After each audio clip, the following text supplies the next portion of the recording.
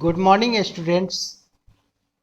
आज हम लोग एक नए टॉपिक पर चर्चा करेंगे। इस टॉपिक का नाम है कंडेंसर। दो चालक प्लेट के बीच एक कुचालक प्लेट को रखकर जिस कंपोनेंट का निर्माण होता है उसे कंडेंसर कहते हैं। यह चार्ज होता है और चार्ज को स्टोर करता है।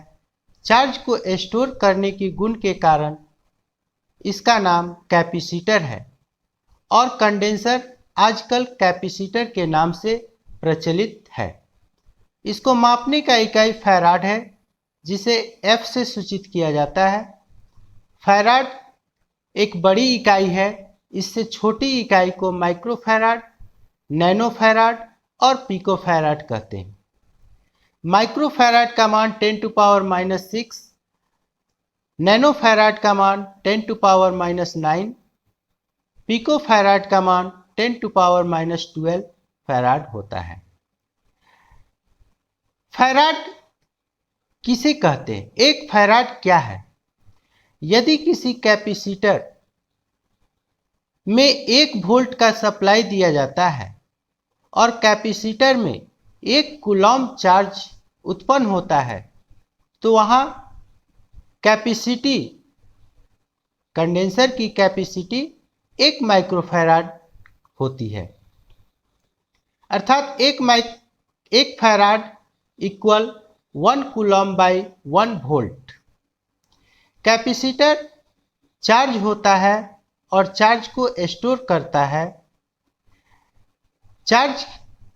जो चार्ज उस कैपेसिटर में स्टोर होता है उसे हम लोग कूलम्ब कहते हैं और इसे Q से सूचित किया जाता है।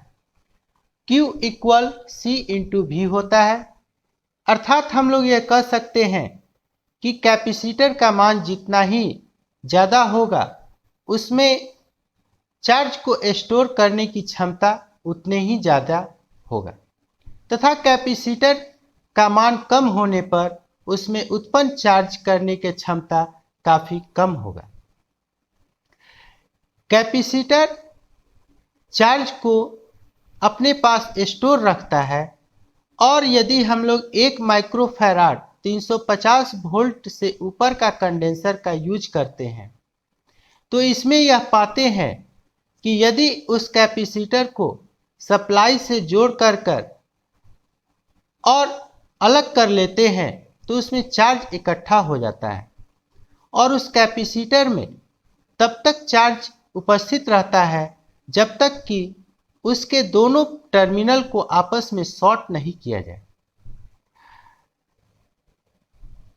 शॉर्ट करने के बाद उसमें एक स्पार्किंग, एक चमक, एक आवाज हमको सुनाई देता है और उस स्पार्किंग तथा उस चमक के अनुसार हम लोग यह अनुमान लगाते हैं कि वह कैपेसिटर सही है।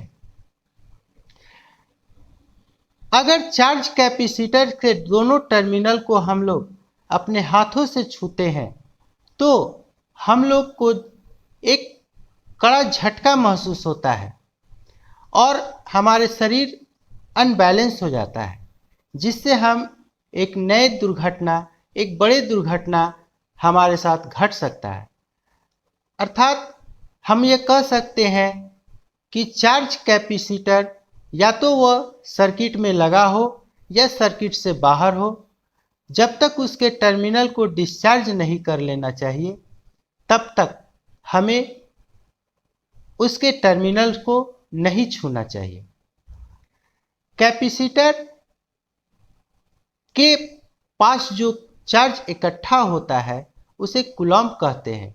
इसे Q से सूचित किया जाता है और Q बराबर C इंटू V होता है। अर्थात कैपेसिटर का मान जितना ही ज़्यादा होगा उसमें उत्पन्न चार्ज उतना ही ज़्यादा होगा, तथा कैपेसिटर का मान जितना ही कम होगा उसमें उत्पन्न चार्ज उतना ही कम होगा। कैपेसिटर प्रारंभ में शॉर्ट सर्किट का काम करता है तथा कैपेसिटर के द्वारा करंट के बहाव में जो रुकावट उत्पन्न होता है उसे कैपेसिटिव रिएक्टेंस कहते हैं और कैपेसिटिव रिएक्टेंस को XC से सूचित करते हैं। XC का मान 1/2 पाई FC होता है, जहां पाई का मान 3.14 F करंट का फ्रीक्वेंसी और C कैपेसिटर का वैल्यू माइक्रोफैराड में होता है। कैपेसिटर में जब हम लोग करंट देते हैं तो वहां पर करंट वोल्टेज से 90 डिग्री से लैग हो जाता है, अर्थात पिछड़ जाता है। कैपेसिटर का मान प्लेटों की लंबाई के अनुसार बढ़ती है।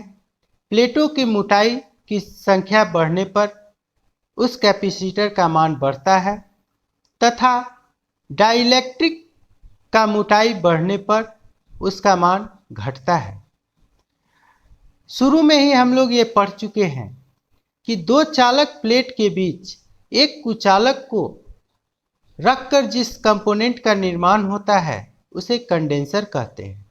कंडेंसर में जो कुचालक हम लोग प्रयोग करते हैं वह एक विशेष प्रकार का कुचालक होता है जिसे डाइलेक्ट्रिक के नाम से जाना जाता है।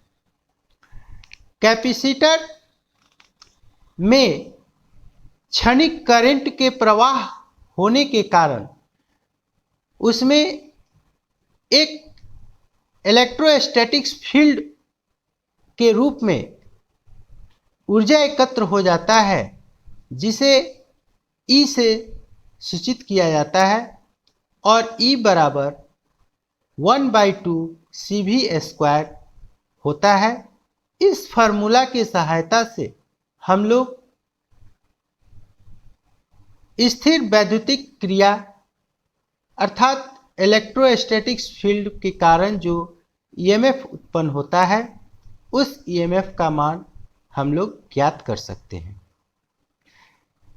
अगला पॉइंट है कैपेसिटर में टाइम कांस्टेंट। किसी कैपेसिटर में वोल्टेज को 0 से अधिकतम मान तक पहुंचने में 63.3% पहुंचने में जो समय लगता है उसे टाइम कांस्टेंट कहते हैं।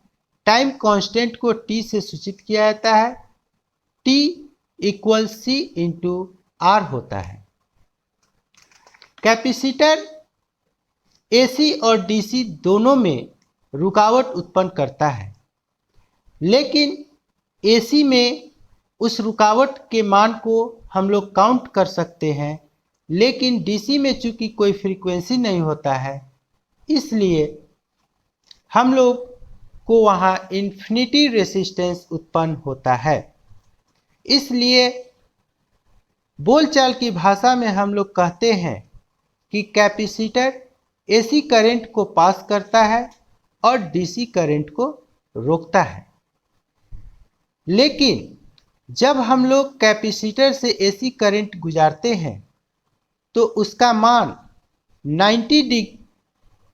180 डिग्री से बदल जाता है, अर्थात कैपेसिटर के एक सिरे पर यदि हम लोग पॉजिटिव हाफ साइकिल देते हैं तो उसी क्षण उसके दूसरे सिरे पर निगेटिव हाफ साइकिल प्राप्त होता है।